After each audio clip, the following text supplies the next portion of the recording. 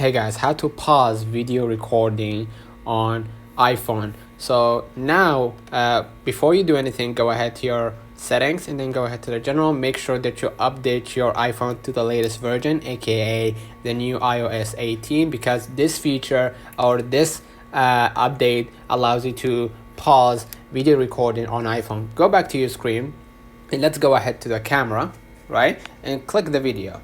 Right now, what I'm gonna do in order to actually pause recording, I'm gonna start recording the video, and you're gonna be able right here to see the pause button on at the bottom left, right, and the bottom right you're gonna be able to take capture, right, you're gonna be able to take shots.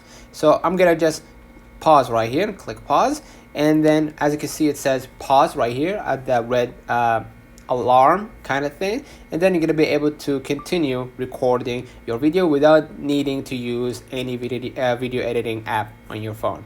And then if you finish, just go ahead and stop the recording by clicking the same button that you recorded from, and then you're going to be able to see the new video without needing to stitch it up. So let me know in the comments if this video helped you. Don't forget to like and subscribe, and thank you for watching.